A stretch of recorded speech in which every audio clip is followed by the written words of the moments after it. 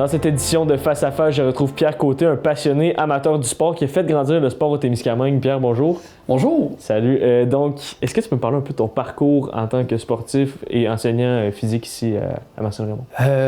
OK, ouais. Premièrement, je m'appelle Pierre Côté, je suis originaire de Ville-Marie. J'ai fait mon primaire secondaire ici en région. Après ça, j'ai fait mes études au Collège Boréal, là où j'ai joué au volleyball. C'est là que j'ai commencé à jouer au volley. À l'université, j'étais allé à l'université de Sherbrooke. Première année, il n'y avait pas de place disponible dans l'équipe de volleyball. J'aurais été un joueur de banc, puis ça ne me tentait pas d'être un joueur de banc. Fait que je me suis tourné vers l'athlétisme, où ce que je courais quand même vite. Fait que j'ai testé l'équipe universitaire en athlétisme. Et j'ai fait 3 ans. À ma 3e année, j'ai participé au championnat canadien universitaire. On a gagné la médaille d'or au 4x200. On a gagné la médaille d'or 4x4. J'ai fini 3e au provincial aux 300 mètres. Fait que j'ai eu comme une carrière de coureur de sprint que j'ai beaucoup aimé. Par la suite, à ma 4e année, il y a un ami à moi que j'appelle Maxime Bourassa qui est arrivé à l'université, qui voulait faire l'équipe universitaire en volley. Fait que j'ai décidé de faire le camp d'entraînement avec lui. Puis finalement, j'ai été sélectionné, contre toute attente que je ne m'attendais pas à ça. Fait que j'ai vécu une année de volleyball universitaire à ma 4e année. J'ai pas joué, mais je te raconterai pas toute l'histoire parce que c'est quand même long, mais on a eu beaucoup de plaisir. Fait que volleyball, l'athlétisme, ça a été mes principaux sports de compétitifs. Puis par la suite, là, je suis revenu en région. Puis là, comme éducateur physique, j'ai commencé ma carrière à Gilbert-Héberge, à Témiscamingue pendant 3 ans.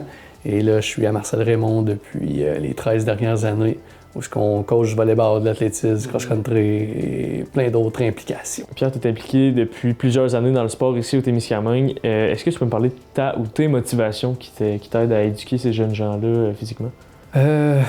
Écoute, c'est sûr que faire bouger des jeunes, ça a toujours été, pas une passion, mais quelque chose de le fun à faire. Puis je pense que d'emblée, j'aime bouger.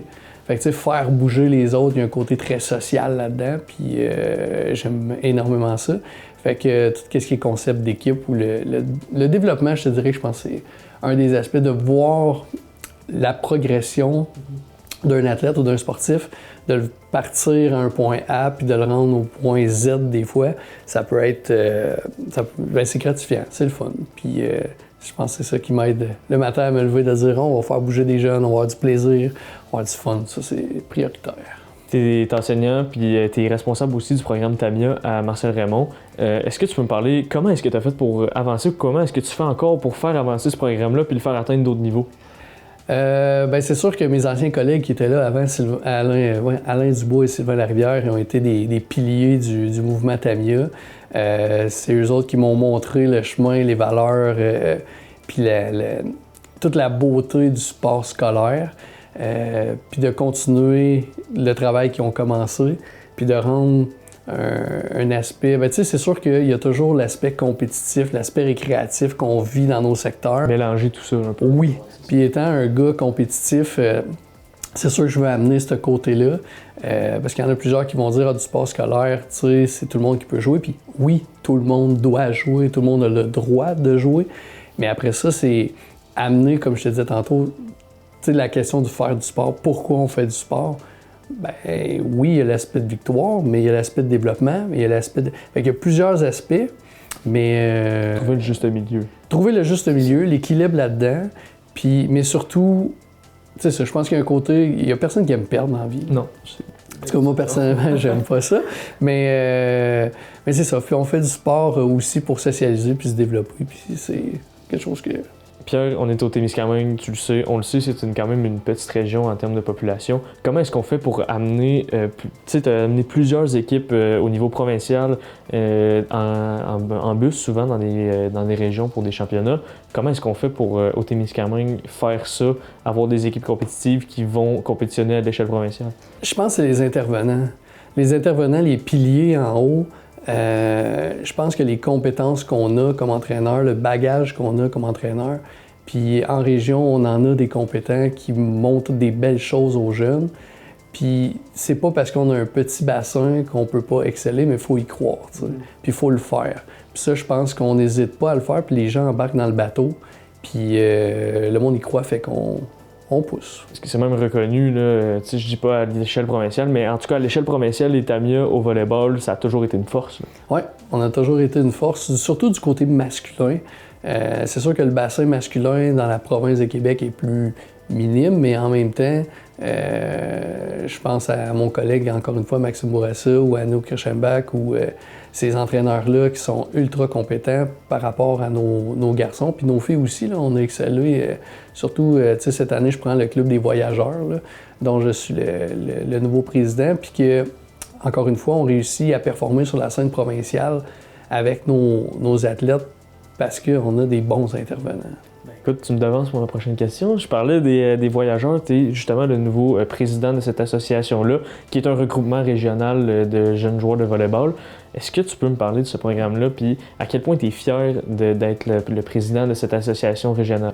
Oui, bien dans le fond, les voyageurs, comme tu disais, c'est une équipe régionale. Dans le fond, c'est qu'on fait un regroupement des meilleurs joueurs de la région dans les catégories U14 à U18. Fait que notre objectif, c'est vraiment de mettre les meilleurs joueurs de la région ensemble, minimalement une fois par mois, d'avoir une pratique une fois par mois, puis faire un championnat à la fin de l'année sur la scène provinciale, puis d'aller performer. Encore une fois, dans le développement, ce que je disais tantôt qui était une priorité, bien, si on met les meilleurs éléments ensemble, bien, le développement est encore plus poussé, meilleur. Puis, avec, comme tu disais, des entraîneurs qualifiés, ça aide à mélanger tout ce beau monde-là puis donner un bon résultat à la fin. Exact. Puis souvent, d'aller voir différents entraîneurs aussi amène différentes façons de voir les choses, différentes façons d'apprendre, différentes techniques, différentes stratégies. Fait que ça aussi, je pense que c'est un volet qui est intéressant pour les voyageurs. Tu sais, dans leur équipe scolaire, ils font déjà un excellent travail. Mais après, quand ils se retrouvent avec les meilleurs éléments puis avec un coach différent qui peut amener différentes stratégies, différentes façons de voir les choses, bien, peut t'amener comme athlète à un autre niveau. Ça peut les aider aussi quand ils vont retourner dans leur programme respectif à peut-être amener d'autres choses à l'équipe, à bonifier ces équipes-là. Donc, c'est vraiment bon pour le sport régional, en fait, au complet. Intéressant. Parlons des filles de la 101 maintenant. Pierre, tu es coordonnateur du tronçon 101 Sud, j'aime le dire comme ça, parce qu'on te voit beaucoup sur les réseaux sociaux, tu t'interagis beaucoup. Comment est-ce que tu t'es impliqué là-dedans, dans ce beau projet-là? Ben écoute, faire une histoire très courte, mais peut-être longue. Tout a commencé à l'an 1 avec un ami à moi que sa fille a eu une malformation cardiaque. Puis, moi et ma conjointe, on se demandait qu'est-ce qu'on pouvait faire pour les aider. Puis, en fouillant sur Internet, on a trouvé le défi I Am Gold 117. Yann Clermont, ça faisait déjà 5 ans qu'il courait de Val-d'Or à Rouyn-Noranda, qui était une distance de 105 km pour le comité de soutien à la pédiatrie. Puis là, quand on a découvert le comité de soutien, bien, on s'est dit pourquoi ne pas contribuer à cette cause-là, puis d'aider le plus d'enfants et de familles possible.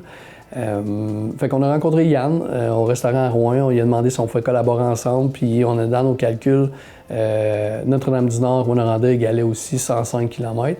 Fait qu'on s'est dit pourquoi pas participer, puis Yann a tout de suite accepté qu'on puisse participer avec lui, qu'on collabore ensemble. Puis fait qu'avec Marc Godette, puis un petit comité que j'ai créé, on a parti le secteur 101 Sud. Puis depuis 13 ans, bien, on court la distance de Notre-Dame-du-Nord jusqu'à Rouyn sous forme de relais. Dans le fond, les équipes se forment. Puis on a de plus en plus de coureurs année après année qui reviennent. Là. C'est assez incroyable. Non, les coureurs viennent avec de l'argent aussi. Ouais. Tout récemment, là, ça fait peut-être une semaine, vous avez annoncé un montant record pour l'ensemble du défi 117-101, mais aussi pour le tronçon du Témiscamingue, environ 70 000 ouais. Et au niveau du tronçon 117, c'était 244 000 ouais.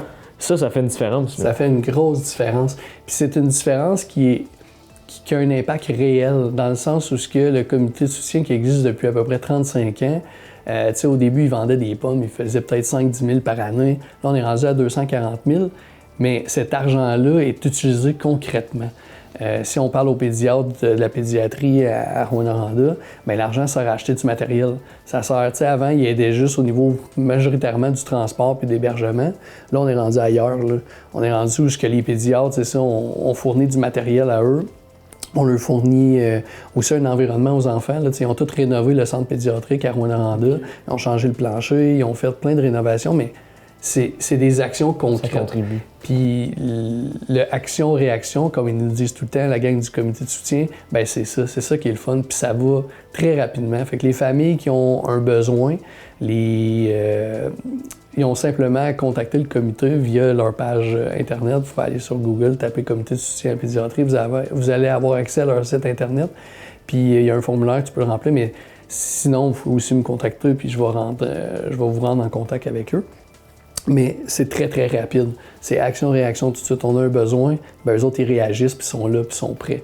Fait que c'est le fun de contribuer à un comité comme ça quand ils sont très proactifs, puis l'argent ben, est utilisé pour les familles. Fait que ça, c'est vraiment, vraiment cool. Puis à quel point, toi, personnellement, ça te touche, cette cause-là? Ben moi, personnellement, c'est sûr, j'ai 4 beaux enfants à la maison, puis ils sont en top forme, puis ça va super bien.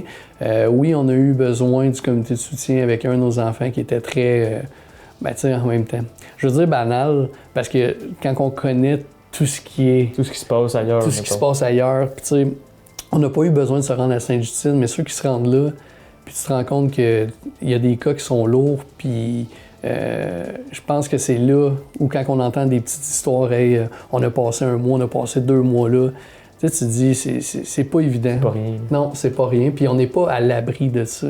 Fait que tu sais, demain matin, on peut déceler une maladie, on peut déceler un trouble, je peux avoir un membre de ma famille, je peux avoir un ami ou quoi que ce soit. Fait que tu sais, c'est motivant de travailler pour ce comité-là. On va revenir un peu au volleyball. Tu as aussi été entraîneur pour l'équipe des Jeux du Québec, de l'Abitibi-Témiscamingue. Ouais. Est-ce que tu peux me parler de cette expérience-là? À quel point ça a été cool? Ben écoute, oui, j'ai coaché le volleyball de plage. Ça a été fascinant. Ça a commencé dans un avec Nicolas Bergeron, un autre excellent entraîneur et intervenant, qui lui avait fait une première année en volleyball de plage, puis il avait trippé. Puis moi, ça m'avait accroché. Fait que j'avais demandé si je pouvais l'aider à coacher. Fait que finalement, il m'a laissé les rênes de ça. Puis ça fait 20 ans que je coach le volleyball de plage. Puis écoute, ça a été un sport que j'ai découvert qui est fascinant parce que ça reste du volleyball, mais qui est complètement différent. Moi, je le compare beaucoup au ski alpin puis au ski de fond, là. Tu sais, ça reste des skis, ça reste des bâtons, mais c'est 2 sports complètement différents. Okay. Puis, dès mon départ, quand j'ai commencé ma première année, on avait un duo de filles puis 2 duos de gars qui jouaient. Puis on avait gagné l'or chez les gars, chez les filles, puis même l'argent chez les gars. Fait que c'est une finale complètement Abitibi-Témiscamingue. Fait que tu sais, ça a déjà commencé l'an 1 avec une grosse réussite. Puis l'an 2 aussi, on est allé chercher des médailles au jeu, puis tout ça. Fait que ça a créé un gros momentum, encore une fois, compétitif et de réussite. Fait que j'ai continué à coacher ce volet-là. Puis là, ben, c'est ça fait 20 ans. Fait que j'ai pris une semi-retraite. Ben, je peux dire une retraite du volleyball de plage. J'ai délégué à mon ami Yannick Murray qui va prendre les rôles cette année. Puis là, je me retourne vers l'intérieur cette année. Je recoach l'équipe Espoir intérieur féminin. Avec les voyageurs aussi. Avec les voyageurs. Toutes les applications Tamia et tout. Exactement. Ben, c'est intéressant ça, puis bonne retraite en passant du volleyball de plage. Ouais, je sais pas que je pourrais pas revenir, mais okay. Là, c'est ça. On se concentre sur l'intérieur. Oui, puis on laisse aussi la jeunesse aussi prendre la place. Puis, tu sais, je parlais de jeunes motivés puis des jeunes compétents. Ben, Yannick en est un. Fait que je suis content d'y laisser le rôle de ça. Super. On a parlé de course, on a parlé de volleyball. On n'a pas parlé de softball, par contre, Pierre. Toi et ton équipe, le SC Navin, je vais le dire comme ça, je vais employer ce terme, vous dominez la Ligue du Témiscamingue depuis, écoute, je ne sais même pas combien d'années. C'est quoi la recette derrière tout ça? La recette? Ouais. Je pense que la communication puis la relation entre les joueurs a fait que les Navins on a été, je vais te dire le terme dynastie, là, pendant 14 ans. On a gagné 14 ans d'affilée, perdu la 15e. On a revenu la 15e à la 16e. Fait qu'on a gagné 15 championnats là, en 16 ans. Après ça, on a pris une petite pause. Mais je te dirais que le côté social des gars, d'être toujours, de vouloir performer, mais d'après chaque match, s'asseoir, discuter qu'est-ce qui s'est passé dans cette situation-là, qu'est-ce qu'on pourrait faire contre tel joueur. Puis Yann Poudrier, puis Christian Beaulieu, qui étaient les 2 mentors des Navins. Mais je te dirais que tout le monde ensemble écoute des heures après les matchs, là, à passer dans la cabane à Béarn, à jaser de balles, puis avoir le plaisir de jaser de stratégie, puis de tactique.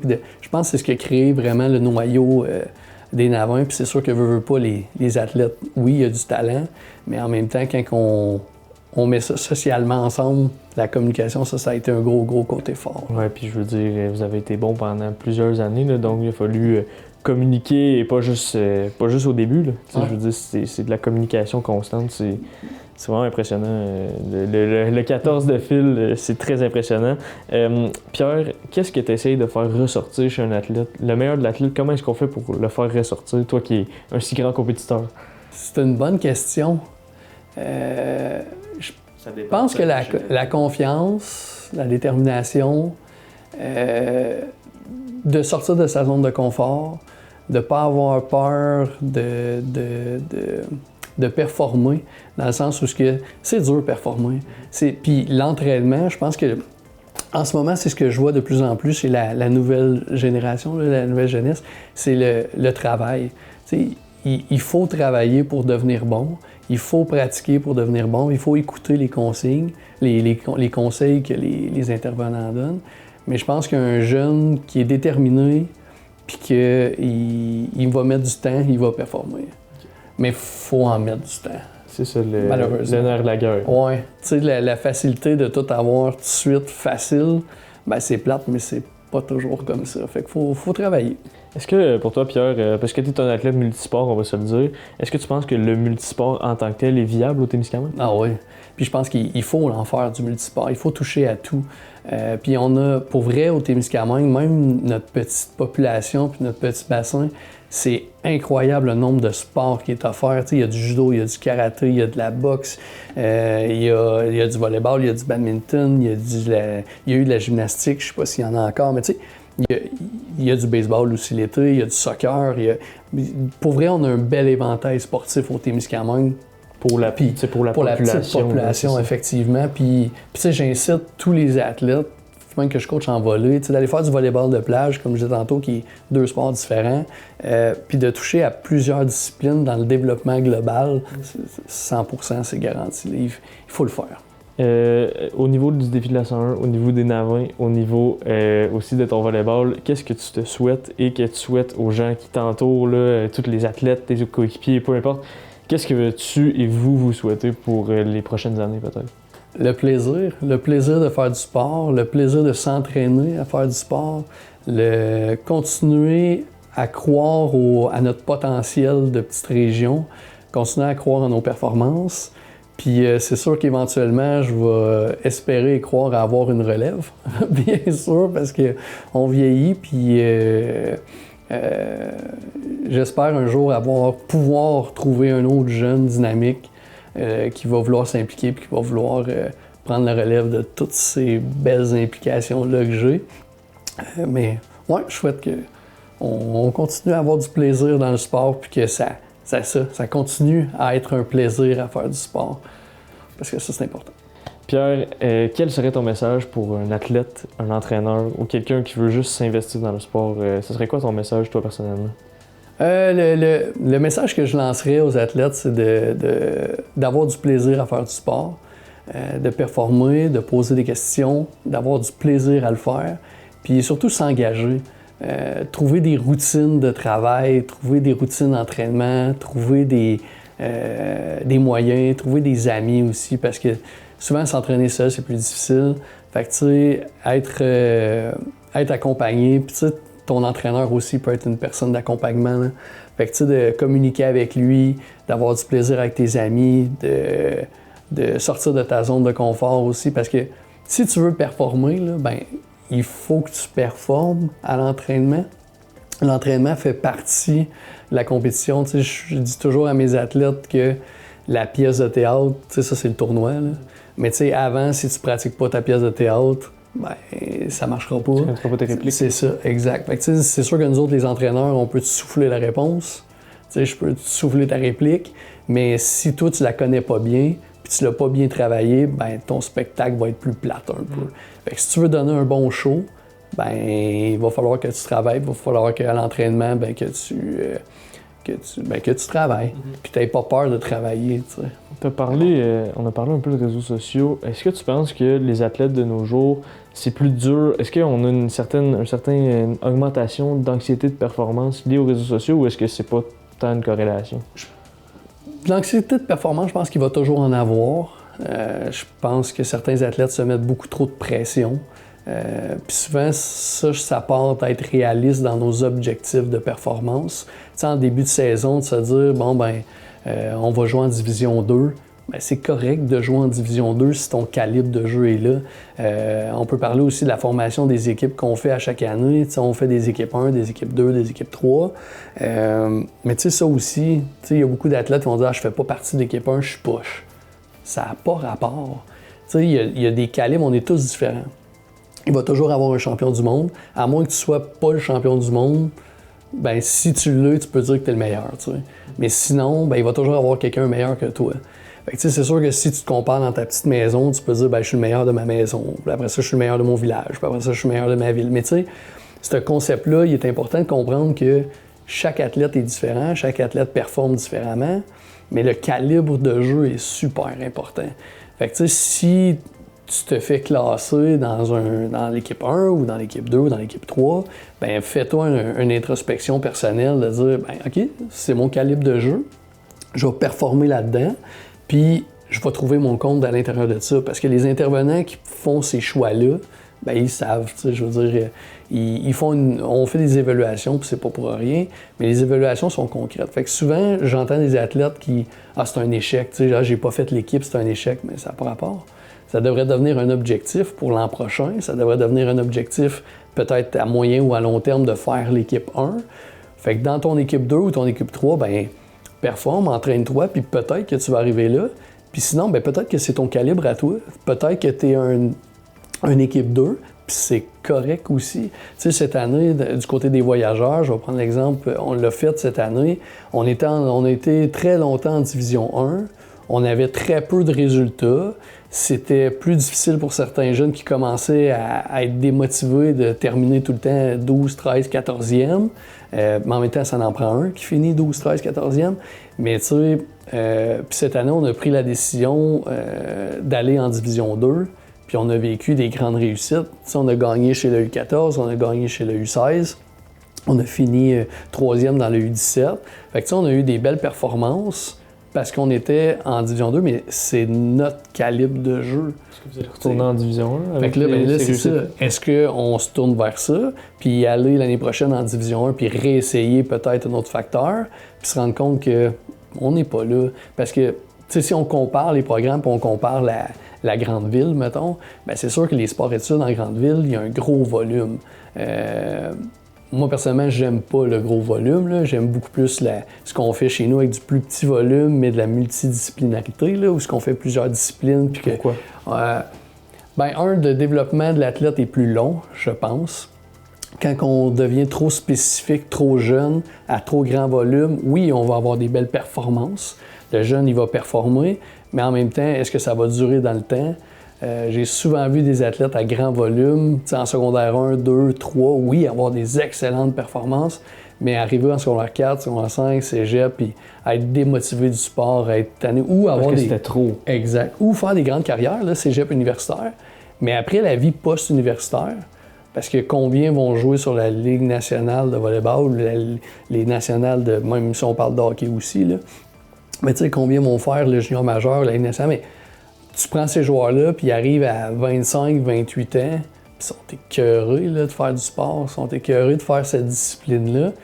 Puis là, s'ils avaient connu d'autres sports, d'autres disciplines, bien, ils auraient peut-être mieux performé ou plus performé. Mais tu sais, c'est changer de mode, changer de mode de temps en temps. Exactement. Okay. Fait que tu sais, cet aspect-là, pour moi, c'est important d'aller faire plusieurs sports, puis d'aller chercher du gros volume. Pour moi, c'est pas une priorité. C'est vraiment d'aller chercher l'équilibre. On parlait d'équilibre tantôt, mais d'aller chercher l'équilibre dans tout ça pour que l'athlète fasse du sport le plus longtemps possible. Puis tu sais, on va parler d'habitude de vie, là, mais tu sais, c'est important que ça dure le plus longtemps possible. Fait que oui, avoir des grandes carrières sportives jusqu'à l'âge de 24, 26 ans, 28 ans, mais après, il se passe quoi? Tu sais, fait que...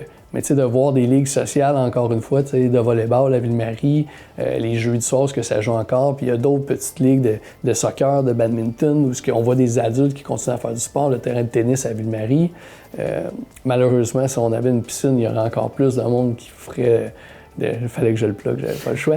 Mais c'est important. Mais c'est ça. Puis tu sais, nos infrastructures, au Témiscamingue, il en manque.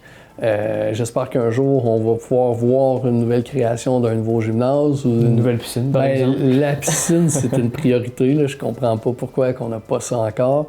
Mais il faut vraiment que ce soit un dossier qui accélère. Ou les infrastructures, le concept d'avoir plus d'infrastructures pour avoir un meilleur accès, je comprends. Exact. Okay. Parce que, tu sais, je vais juste prendre chez nous à Marcel-Raymond, quand je prends les équipes de volleyball, où on fait des pratiques de 4h à 8h, là, passer 8 heures, venir faire du sport, c'est plus difficile. Mais si on avait un autre gymnase, exemple, ben, on pourrait encore faire plus de programmes. Même chose pour à l'école concrètement. Tu sais, là, on offre une concentration sport en volleyball. Si on avait un autre gymnase, ben, on pourrait offrir une autre concentration sport, on pourrait offrir autre chose. Fait que ça, le dossier des infrastructures, c'est sûr que dans nos petits milieux, ben, c'est plus difficile, mais tu sais, là, ça devient politique, puis ça vient... fait que peut-être qu'un jour, ça va accélérer, je sais pas, mais je nous le souhaite pour la population, que ça soit de plus en plus actif. Parfait. Parlant d'actifs et de population, est-ce que tu penses que les habitudes de vie ont été modifiées il y a 13 ans, par exemple, quand tu es arrivé en région ou quand tu as commencé à enseigner? Quel genre d'habitudes de vie ont été modifiées, puis à quel point ça impacte les performances des jeunes sportifs? C'est difficile de calculer parce que, tu sais, j'ai pas fait un sondage ou une étude là-dessus. Je pense qu'on a une population qui est active. Puis je pense qu'on a beaucoup d'organismes aussi qui rendent les gens actifs. Tu sais, je pense au triathlon qui existe encore, dont j'ai fait partie il y a plusieurs années dans l'organisation, mais qui sont encore là, puis ils font bouger des gens. Je pense aussi à qui organise l'Ultra Trail ou la course des zombies. Là. Mais tu sais, ça, c'est des petits événements qui sont ultra le fun, mais qui font bouger des gens, tu sais. Qui amènent des gros événements comme le RAID, par exemple. Le RAID, c'est vrai. Le RAID qui est de plus en plus grand, puis ça a amené, encore une fois, à faire bouger des gens. Fait qu'au Témis, je pense qu'on a quand même une vocation active. Je pense que les gens, ils ont des beaux projets pour faire bouger le monde, puis il faut que ça continue à se faire. Puis c'est ça. En terminant, Pierre, est-ce que tu penses que les athlètes, et tout âge confondu, là, je parle d'adultes, adolescents et même enfants, doivent se faire une petite carapace de nos jours ou c'est encore accessible de faire du sport? C'est totalement accessible. Au niveau des critiques, par exemple, les officiels ou les... C'est totalement accessible. Puis, mais je pense qu'il y a une belle conscientisation qui se fait présentement par rapport au chialage dans les estrades, par rapport à... Puis tu sais, je pense de continuer d'en parler, que ça existe, bien, je pense que ça fait sonner des cloches un petit peu pour vivre un petit peu le hockey dans les 2-3 dernières années. Tu sais, des fois dans les estrades, un parent qui va calmer un autre parent, c'est correct d'intervenir. C'est correct de dire je pense que t'en as assez dit, je pense que... Puis tu sais, je pense que la responsabilité des spectateurs ou des entraîneurs, bien, il faut que ça se fasse. La même chose que le style d'entraînement a énormément évolué, bien, doit évoluer. Ce qu'on a connu à la dure dans les années 80-90, on criait après les athlètes, on les poussait au maximum. Bien, il faut s'adapter à ça. C'est plus ça. Il y a tellement d'autres moyens de réussir à faire performer un athlète en lui donnant confiance, en lui donnant de l'estime de lui, en travaillant sur ses habiletés techniques que juste crier après pour crier après. Je veux dire, il y a personne... Bien, ça peut peut-être le faire performer. Ça dépend des athlètes. Mais quel impact que tu vas avoir à long terme, puis quel impact que tu vas avoir quand le jeune retourne chez eux à la maison. Tu l'as-tu vraiment comment il va se sentir? Encouragé? Ouais, exact. Fait que tu sais, l'aspect humain est super important dans le contexte du coaching. Merci beaucoup, Pierre. Ça fait plaisir. Donc, c'était Pierre Côté qui nous a parlé de sport, de motivation et de tous ses accomplissements. Donc, on est très heureux et on se retrouve à la semaine prochaine pour une autre édition de Face à Face.